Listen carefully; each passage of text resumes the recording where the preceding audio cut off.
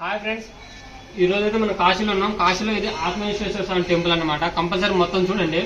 కాశీకి వచ్చిన చాలా మంది ఈ ఆత్మవిశ్వేశ్వర స్వామి టెంపుల్ అయితే మిస్ చేస్తారు, కానీ ఇప్పటి నుంచి ఎవరు మిస్ చేయకండి.